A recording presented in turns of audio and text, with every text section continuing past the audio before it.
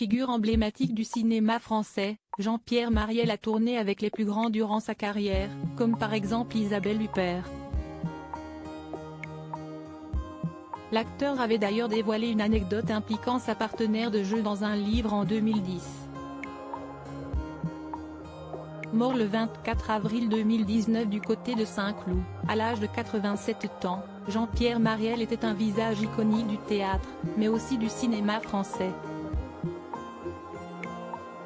Durant sa longue et prolifique carrière, le comédien est apparu dans un très grand nombre de films sur grand écran, mais aussi dans une multitude de pièces sur scène.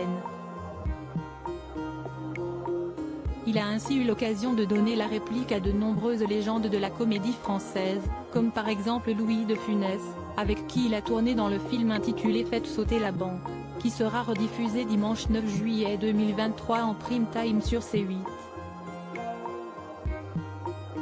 Âgé de 78 ans en 2010, Jean-Pierre Marielle avait écrit un livre cette année-là, baptisé Le Grand N'importe quoi. Au sein de cet ouvrage, l'acteur s'est amusé à dévoiler certaines anecdotes concernant sa carrière. Jean-Pierre Marielle a notamment évoqué un épisode plutôt croustillant survenu sur le tournage du film Coup de torchon, qui impliquait notamment Eddie Mitchell et Isabelle Huppert. Nous nous en collâmes une assez sévère, jusqu'à casser toutes les ampoules du restaurant. Pourquoi les ampoules? Je n'ai pas la moindre idée.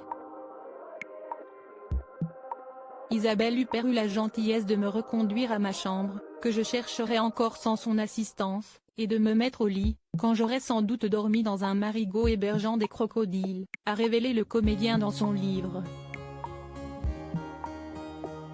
Jean-Pierre Marielle s'est aussi laissé aller à quelques confidences sur le célèbre dramaturge Eugène Ionesco. Je jouais une de ses pièces, Victime du devoir, au théâtre de la Huchette, en 1956. Il se pochetronnait quotidiennement au bistrot d'en face et m'avait mandaté pour faire le guet et l'avertir de filer avant que sa femme ne le surprenne.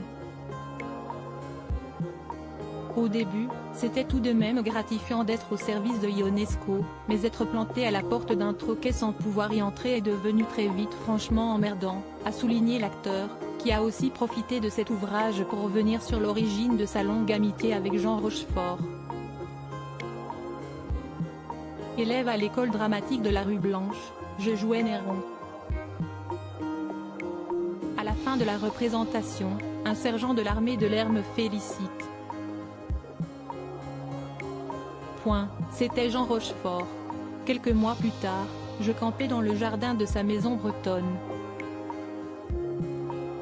Effrayé par le paysage, un décor de film fantastique, où semblaient se tapir partout des créatures monstrueuses ou des tueurs aux méthodes raffinées, je planquais un poignard sous mon oreiller, ce qui me permettait de dormir quelques heures. Assurément les vacances les moins reposantes de mon existence, avait indiqué Jean-Pierre Marielle.